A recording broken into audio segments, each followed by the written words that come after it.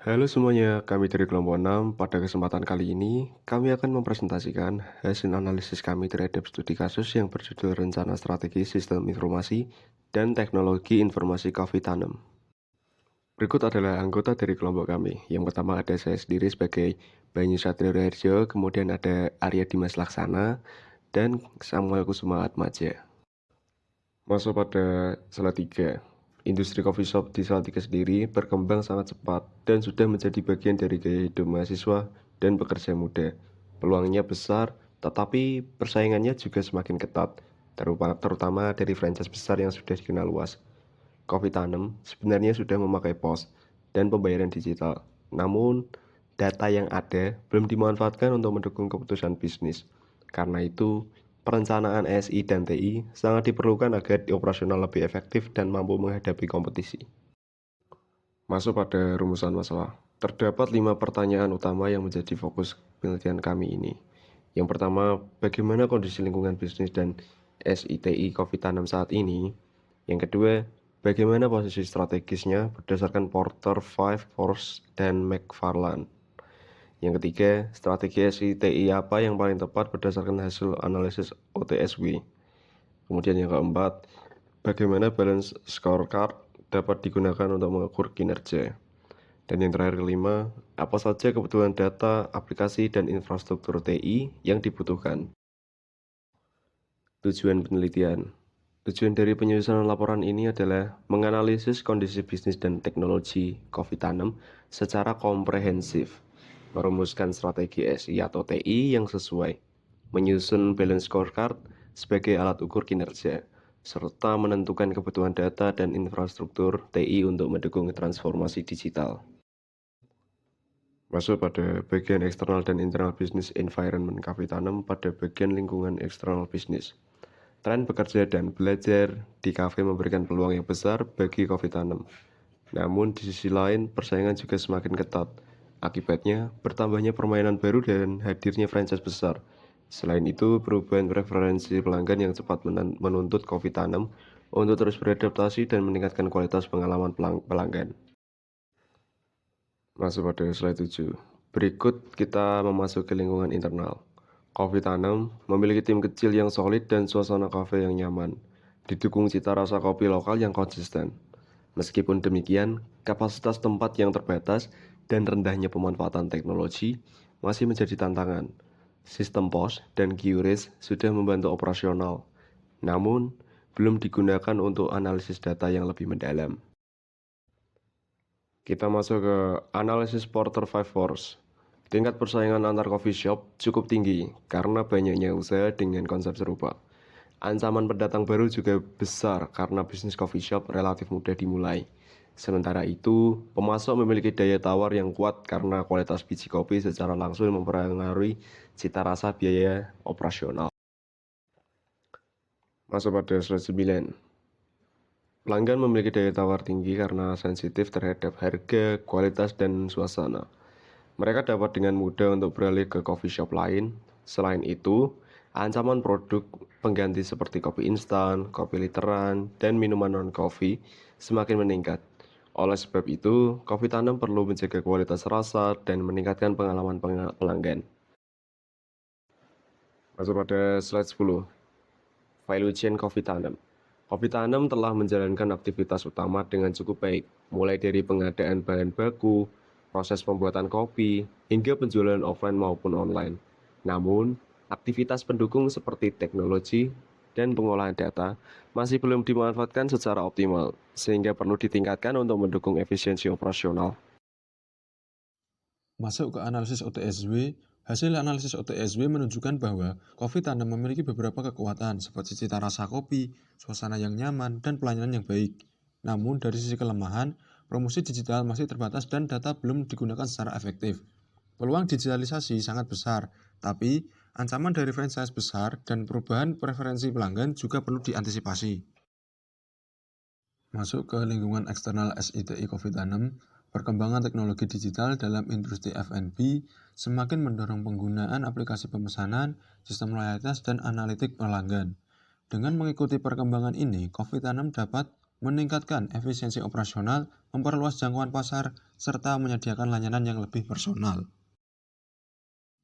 Kita beralih ke lingkungan internal SITI COVID-6, di mana saat ini COVID-6 memanfaatkan sistem POS, QRIS, dan media sosial sebagai alat operasional dasar. Akan tetapi, data dari sistem tersebut belum dimanfaatkan sebagai bahan analisis bisnis. Infrastruktur teknologi yang digunakan juga masih sederhana, sehingga diperlukan peningkatan agar analisis dan otomatisasi dapat dilakukan secara lebih efektif. Pada tren digitalisasi, COVID-6 telah melakukan digitalisasi melalui penggunaan POS dan pembayaran digital. Langkah berikutnya adalah datafication, yaitu pemanfaatan data transaksi untuk menghasilkan insight seperti menu favorit, waktu operasional tersibuk, serta preferensi pelanggan. Informasi ini dapat membantu dalam pengambilan keputusan yang lebih tepat. Masuk ke tren everything as a service. COVID-6 dapat memanfaatkan layanan berbasis cloud seperti Google Workspace untuk pengelolaan dokumen, administrasi, dan kolaborasi tim. Pendekatan ini lebih efisien, tidak membutuhkan server fisik, dan sangat sesuai untuk usaha kecil maupun menengah. Selanjutnya kita masuk pada McFarland Strategic Grid. Dalam kategori strategik, COVID-6 dapat memanfaatkan data pelanggan untuk meningkatkan loyalitas dan efektivitas promosi. Kategori high potensial mencakup pengembangan dashboard analitik untuk membaca pola penjualan. Kategori key operasional mencakup POS, QRIS, dan integrasi layanan online yang menjadi tulang punggung operasional harian. Sedangkan kategori support terdiri dari Google Workspace, Canva, dan WhatsApp sebagai alat pendukung administrasi. Berikutnya kita masuk ke alur informasi bisnis. Diagram alur ini menjelaskan bagaimana data mengalir mulai dari proses pemesanan, pencatatan transaksi melalui POS, pengelolaan stok, hingga pelaporan kepada manajemen. Data dari layanan eksternal seperti GoFood dan GrabFood juga terintegrasi, sehingga seluruh proses dapat dianalisis dengan lebih akurat. Selanjutnya kita masuk ke strategi yang dihasilkan dari OTSW. Beberapa strategi yang direkomendasikan antara lain memperkuat promosi digital, memanfaatkan data dari POS dan layanan online, meningkatkan infrastruktur TI, memperkuat identitas kopi lokal, serta menambah kapasitas tempat duduk untuk mengatasi persaingan yang semakin ketat. Masuk ke bagian BSC, berdasarkan data pemetaan strategik pada Balance Scorecard, terlihat hubungan sebab akibat yang saling mendukung antar perspektif. Perspektif pembelajaran dan pertumbuhan menjadi dasar utama, terutama dalam meningkatkan kompetensi SDM dan penguatan sistem teknologi. Peningkatan ini berdampak langsung pada proses bisnis internal seperti efisiensi pemesanan, integrasi POS, dan pemanfaatan data penjualan. Perbaikan proses internal kemudian meningkatkan kinerja pada perspektif pelanggan melalui promosi digital, penyelenggaraan event, dan penguatan citra kopi lokal. Seluruh upaya tersebut akhirnya memberikan hasil pada perspektif keuangan melalui peningkatan penjualan, laba, dan efisiensi biaya operasional. Selanjutnya pada bagian kritikal sukses faktor atau faktor-faktor kunci keberhasilan. Faktor-faktor ini mencakup akurasi manajemen stok untuk menekan biaya, konsistensi cita rasa, serta pelayanan untuk menjaga loyalitas pelanggan, efektivitas promosi digital, keandalan infrastruktur TI seperti POS dan internet, serta kompetensi digital barista dan kasir. Keseluruhan CSF ini menjadi dasar bagi keberhasilan strategi SITI COVID-6. Masuk ke kebutuhan data dan informasi. Kebutuhan data pada COVID-6 mencakup data penjualan, data pelanggan, data stok bahan baku, data keuangan, dan data menu terlaris. Setiap jenis data memiliki pengguna dan kegunaannya masing-masing, seperti laporan harian, evaluasi layanan, perencanaan pembelian, hingga pemilihan produk unggulan. Dan data inilah yang menjadi fondasi bagi pengambilan keputusan yang lebih akurat. Masuk ke slide berikutnya, mengenai kebutuhan aplikasi. COVID-6 membutuhkan integrasi antara POS dan layanan pemesanan online, modul pembayaran digital otomatis, sistem monitoring stok berbasis notifikasi, laporan penjualan otomatis, serta dashboard analitik bagi pemilik. Fungsi-fungsi ini dirancang untuk mempercepat transaksi, mengurangi kesalahan pencatatan, dan memberikan informasi real-time untuk evaluasi bisnis. Selanjutnya kita masuk ke kebutuhan infrastruktur TI. Rekomendasi yang diajukan mencakup penguatan keamanan sistem melalui pembagian akses, segmentasi jaringan Wi-Fi, serta penggunaan autentikasi ganda untuk penyimpanan cloud. Selain itu, ada kebutuhan manajemen perangkat seperti pemeliharaan berkala, prosedur penanganan gangguan, serta strategi cloud first untuk menekan biaya dan meningkatkan mobilitas data. Masuk ke slide struktur organisasi TI di Coffee-Tanem. Pada posisi paling atas terdapat owner, yaitu Kristiawan Eko. Di bawahnya ada manajer TI operasional, yaitu Eka Ariwibowo. Kemudian terdapat admin data, yaitu Nadia Permata. Lalu bagian kasir dan operator pos, yaitu Anita Larasati. Untuk digital marketing, yaitu Galang Winarno. Dan terdapat 3 barista, yaitu Advan Ventura sebagai barista senior, Abraham Dewa, dan barista junior, yaitu Rifki Aji. Masuk ke slide komponen inti. Pada bagian ini terdapat 3 peran utama yang memastikan sistem digital Coffee-Tanem berjalan dengan baik. Pertama, manajer TI operasional, yaitu Eka Ariwibowo, yang bertanggung jawab menjaga operasional pos dan kris, mengatur integrasi pesanan online, mengelola keamanan dan pencadangan data, membuat SOP digital, serta memastikan jaringan stabil. Kedua, admin dan data reporting.